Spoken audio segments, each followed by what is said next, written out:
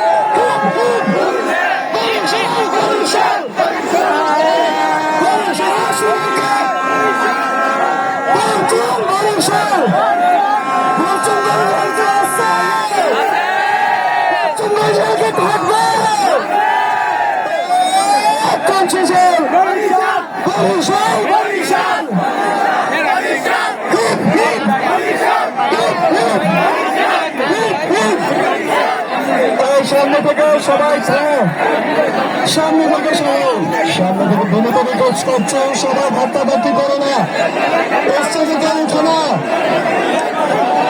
বরিশালটি আবার কাপ জিতবে, বরিশালটি আবার কাপ জিতবে, বরিশালটি আবার কাপ জিতবে, বরিশাল বরিশাল।